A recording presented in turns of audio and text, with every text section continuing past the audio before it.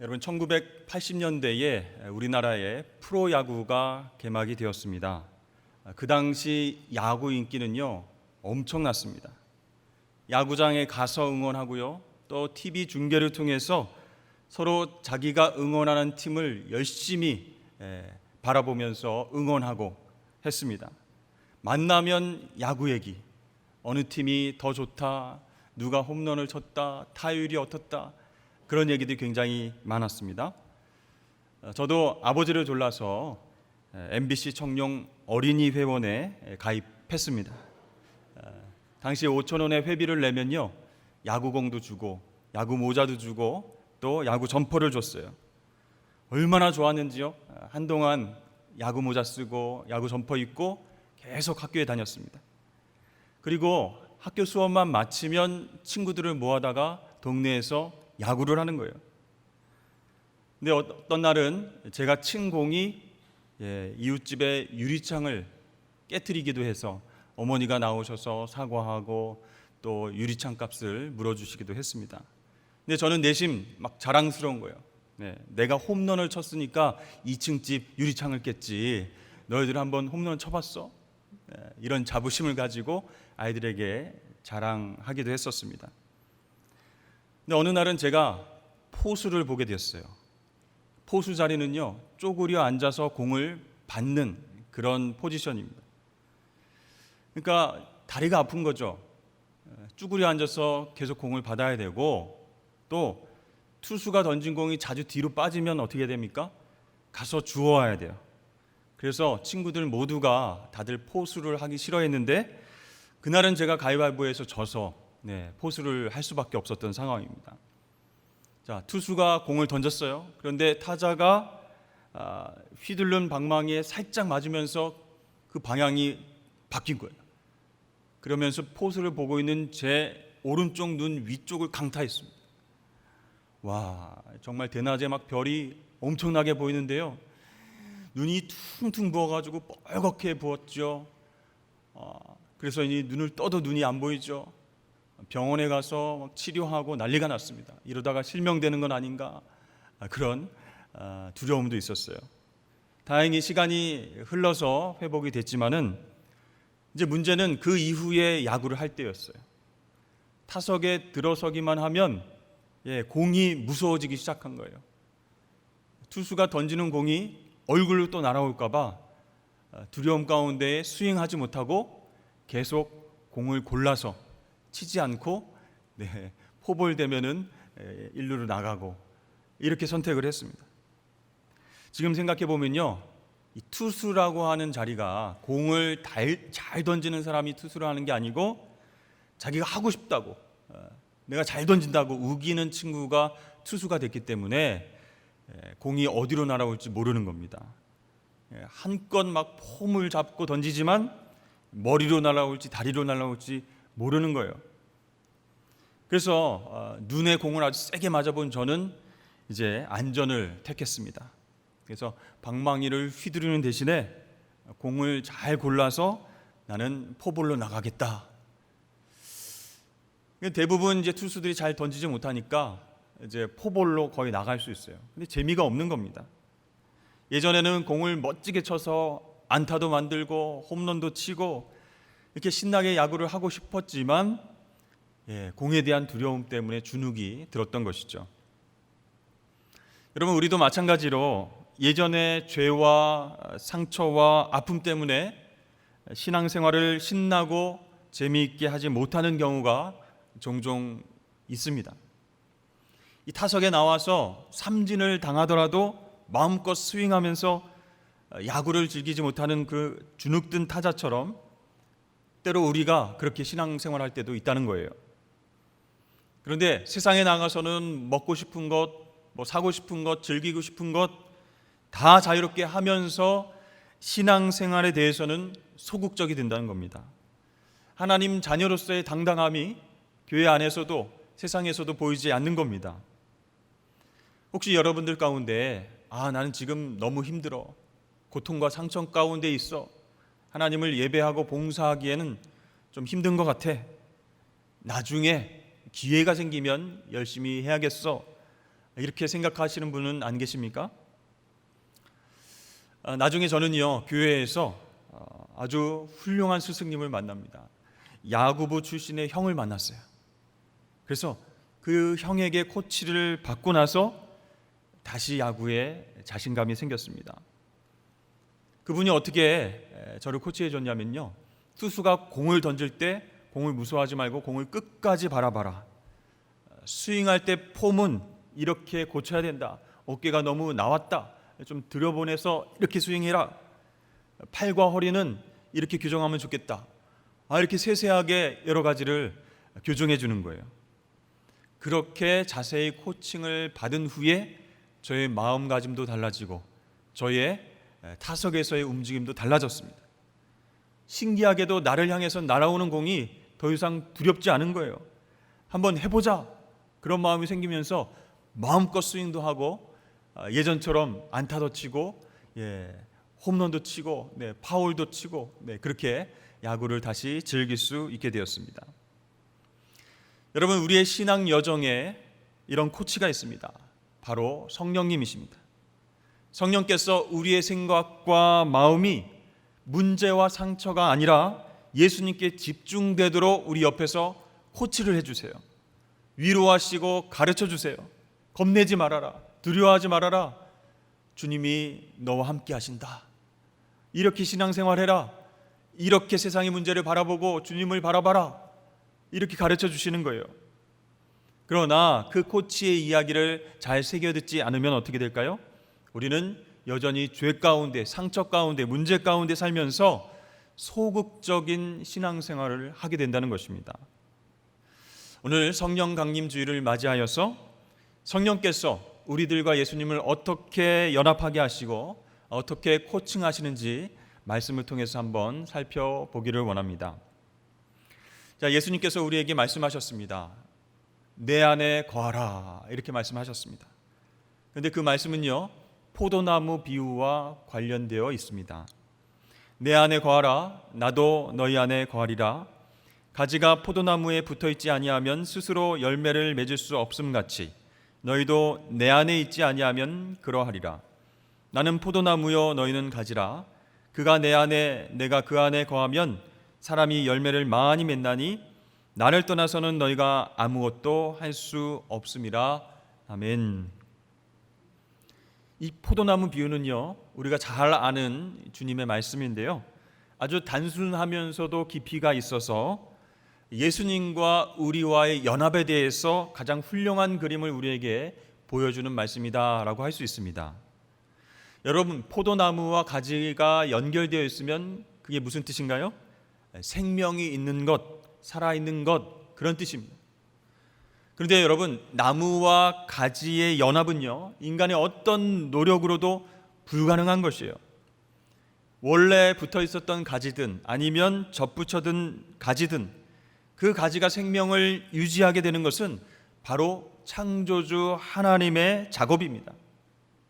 이 가지가 수액과 양분을 빨아들여서 열매를 맺을 수 있는 것, 그것은 인간이 할 수 없는 하나님 고유의 영역이라는 것이에요. 마찬가지로 예수님과 우리와의 연합은 인간의 지혜와 노력에 관한 것이 아니라는 것입니다. 하나님께서 직접 행하시는 영역입니다. 하나님이 그 아들의 영을 우리 마음 가운데 보내사, 그렇게 말씀하시죠? 그러니까 예수님 안에 거하는 영, 성령님이 그리스도인의 생명이 되었습니다. 그래서 내 마음에 계신 성령께서 예수님 안에 있는 생명을 우리에게 나눠주심으로 인해서 우리는 그분 안에 거하게 되는 줄로 믿으시길 바랍니다. 따라서 이 성령께서 포도나무와 가지처럼 예수님과 우리를 하나로 만드시는 역할을 하신다는 거예요. 여러분, 포도나무는 무엇을 위해서 살아갈까요? 자신을 위해서 살아갈까요? 아닙니다. 가지를 위해서 살아가는 것입니다. 이 가지에 포도 열매가 주렁주렁 맺어지길 바라면서 아낌없이 자신이 소유한 수분과 양분을 나눠주게 되는 거예요. 그러니까 포도나무에 있는 모든 것은 가지가 마음껏 쓸 수 있습니다. 포도나무와 가지가 서로 연결되어져 있기 때문이죠. 마찬가지로 예수님은 저와 여러분을 위해서 온전히 자기 자신을 내어주셨습니다. 그래서 예수님 안에 있는 모든 의와 평강과 능력과 사랑과 인내는 우리를 위해서 존재하는 것이에요. 그래서 예수님은요, 그분께서 가지신 이 모든 것들이 우리의 것이 되길 원하면서 아낌없이 나눠주십니다. 그래서 우리의 모든 순간과 생각과 감정이 모두 예수님께 속하게 되고요, 우리는 주님으로부터 공급받은 그 은혜로 말미암아 열매를 맺으며 살아가게 된다는 것입니다. 그렇습니다. 가진 우리가 열매를 맺어서 하나님 영광을 드러내는 것, 그것이 바로 우리의 삶의 목적이 되는 것이죠. 그래서 우리는 이렇게 기도할 수 있습니다. 예수님은 나에게 포도나무이십니다. 나를 위해서 기름지게 공급해 주시고 채워주셔서 풍성한 열매를 맺게끔 하십니다. 너무 감사드립니다. 나는 주님 안에 거하고 주님 안에서만 쉬고 주님만을 기대합니다. 이렇게 고백의 기도를 드릴 수 있어요. 자, 그 기도를 들으시고 예수님께서 어떻게 말씀하실까요? 나는 네가 얼마나 나와 온전하게 하나가 되어 있는지를 깨닫기를 원한다. 나는 너와 떨어질 수 없는 관계이다. 포도나무의 완전한 풍성함과 충만함은 다 너를 위한 것이다. 내가 가진 모든 것은 다 너의 것임을 믿어야 된다. 너를 열매 맺게 만드는 것만이 나의 관심이고 나의 영광이다. 그러므로 오직 내 안에 거하라. 너는 연약하지만 나는 강하다. 너는 가난하지만 나는 부유하다. 나의 사랑과 은혜와 약속을 믿으라. 나는 포도나무요 너희는 가지이기 때문에 나의 안에 거해야 너희가 살 수 있다. 이렇게 예수님께서 말씀하시는 거예요. 그렇습니다. 여러분, 내가 지금 주님 안에 거하는 것이 불가능하다 이렇게 얘기하는 대신에 지금 이 순간 내가 주님 안에 거한다라고, 그래서 그분이 친히 나를 지키고 보호하신다고 믿고 고백하시길 바랍니다. 주님 안에 내가 거하기 위해서 내가 할 수 있는 일은 무엇일까요? 내가 주님 안에 거하겠다라고 결심하고 고백하는 거예요. 그리고 튼튼하고 안전한 포도나무에 나를 맡기는 것입니다. 때로 이렇게 믿고 맡기지 못해서 실패하는 경우가 있어요. 내가 해보려고 하고 나의 노력과 내 지혜로 어떻게 해보려고 하는 것 때문에 우리가 영적으로 주님과 하나 되는 것을 방해하는 그런 일들이 생길 수 있습니다. 그러나 여러분, 내가 아니라 농부이신 하나님께서 우리를 다시 포도나무에 접붙이시고 다시 생명을 공급해 주실 것을 믿으시길 바랍니다. 오직 하나님만이 그 일을 하실 수 있음을 믿고 단순하게 내어 맡기는 것이 참 중요한 거예요. 그때 우리는 그러한 믿음 때문에 평안과 안식을 경험하게 될 줄로 믿습니다. 모든 은혜의 하나님 곧 그리스도 안에서 너희를 부르사 자기의 영원한 영광에 들어가게 하신 이가 잠깐 고난을 당한 너희를 친히 온전하게 하시며 굳건하게 하시며 강하게 하시며 털을 견고하게 하시리라. 여러분, 이 말씀을 믿고 아멘 하실 수 있으시겠습니까? 지금까지 여러분의 삶이 변덕스럽고 영적인 열매를 맺지 못했고 또 고통과 고난과 어려움을 경험하고 있어서 지금 내가 주님 안에 있는지 밖에 있는지 헷갈리고 내 성품이 주님을 닮아가지 못하고 열매가 없을지라도 주님 안에 굳게 세워져서 언젠가는 성숙한 그리스도인이 될 수 있다고 여러분 믿으십니까? 이 말씀을 아멘하고 믿으셔야 된다는 거예요. 이 가르침은요, 굉장히 단순해 보이지만 우리가 스스로 깨닫기 위해서는 시간이 좀 걸릴 수도 있습니다. 왜냐하면 이 약속의 말씀이 가져다주는 주님의 놀라우신 은혜와 복이 너무 크고 신령해서 우리의 지각과 생각을 뛰어넘기 때문입니다. 그래서 정말로 그런가? 내가 주님 안에 있나? 주님이 계속 나와 함께 하시면서 힘을 주시나? 이렇게 때때로 의심하게 되기 때문입니다. 그래서요, 내가 예수 믿은 후에 죄를 굉장히 많이 지었는데 다시 예수님 안에 거할 수 있다고요? 고난당하고 실패하고 주눅 들어있는 내가 다시 주 안에서 온전케 되고 강하게 주님께서 만들어 주신다고요? 나 말고 믿음 좋은 사람에게 주신 말씀 아니고요? 이렇게 생각할 수도 있다는 겁니다. 근데 여러분, 그 약속을 믿게끔 도와주시는 코치가 바로 성령님이세요. 예수님의 풍성한 것이 다 우리 것이 되도록 성령께서 도와주시는 줄로 믿으시길 바랍니다.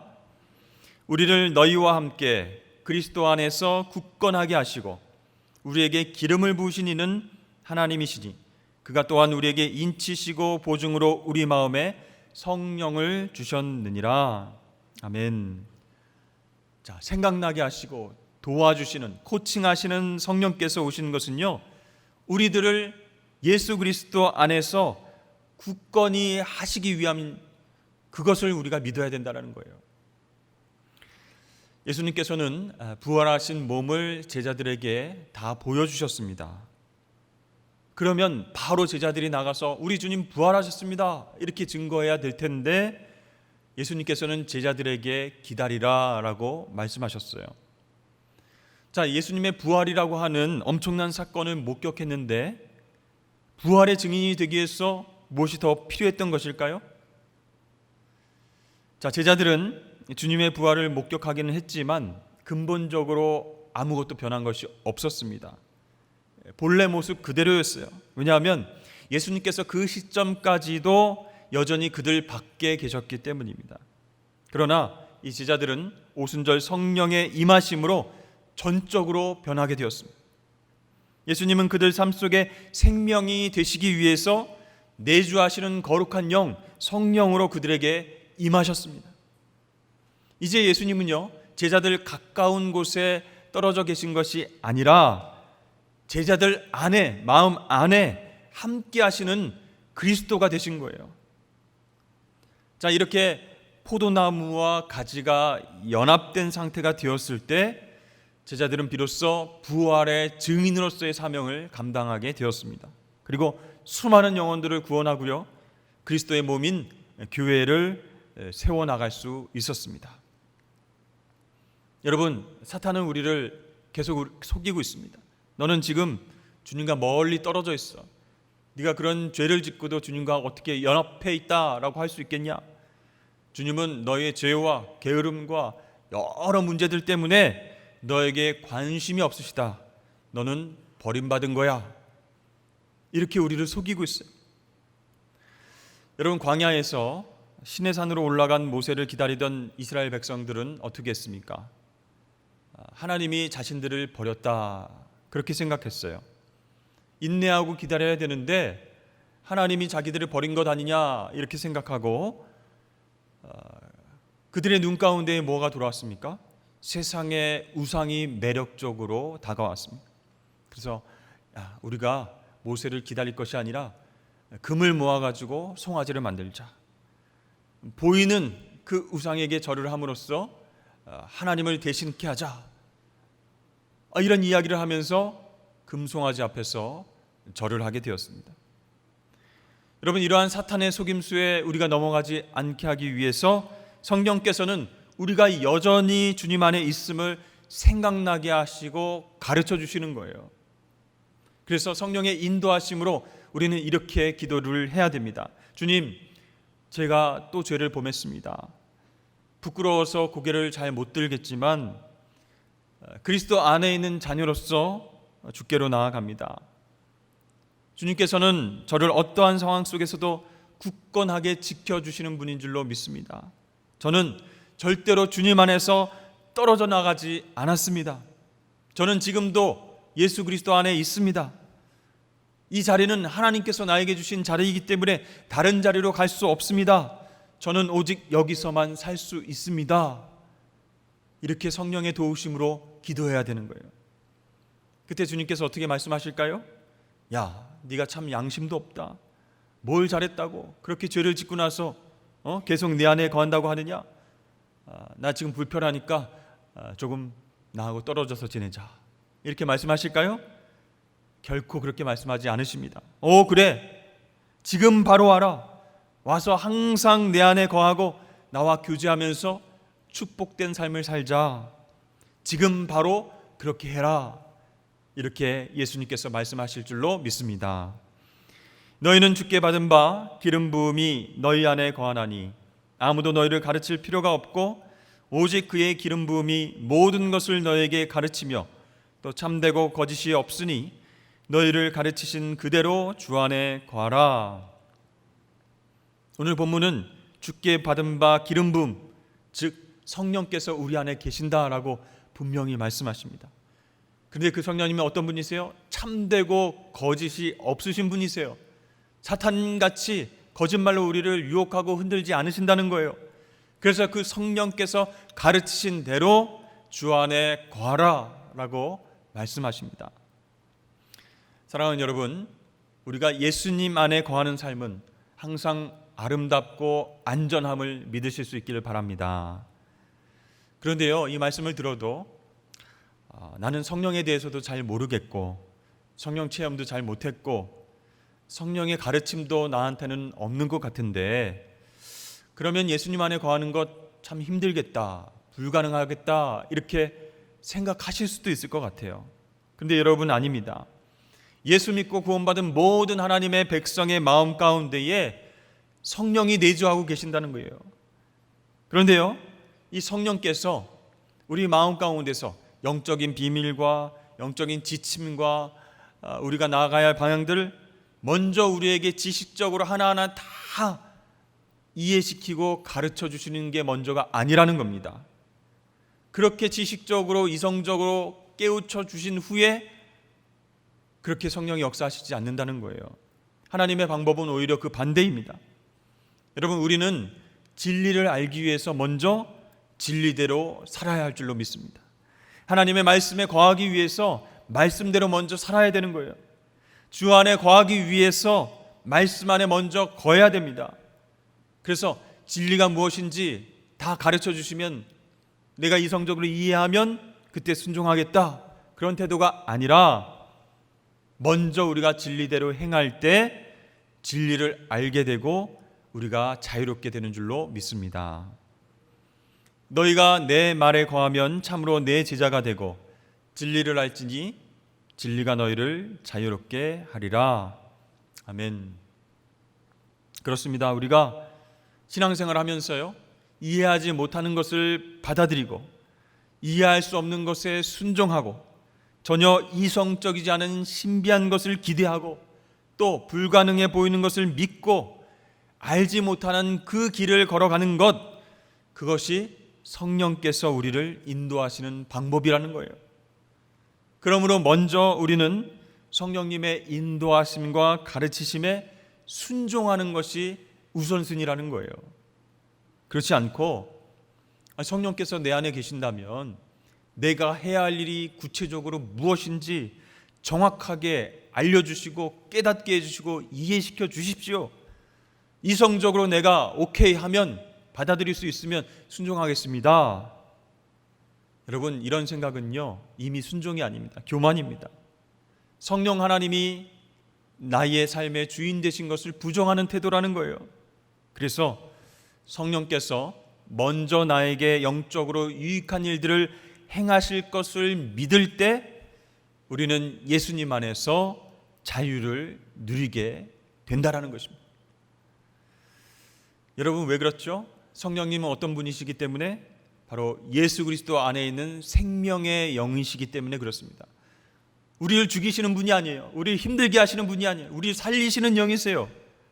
그래서 우리를 고통 가운데 두시거나 무너지게끔 놔두지 않으신다는 겁니다. 우리가 예수 안에서 살아갈 수 있도록 강하게 역사하시고 인도하시기 때문에 그걸 먼저 믿고 순종하라는 거예요.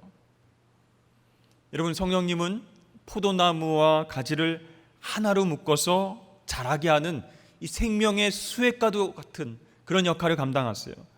그래서 성령 안에서 포도나무와 가지가 하나가 될 수 있는 것입니다. 여러분, 다시 한번 강조하지만 우리는 그리스도 안에 거하도록 인도하고 가르치시는 성령의 기름 부음을 이미 받았습니다. 성령께서 이미 역사하고 계시는 거예요. 문제는 내가 순종하느냐 불순종하느냐, 듣느냐 안 듣느냐, 거기가 문제점이 있다는 것이에요.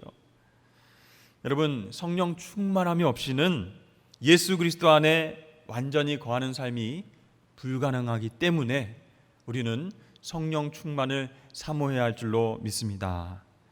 성령께서 내 마음 가운데 내주하셔서 나를 지배하심을 믿으십시오.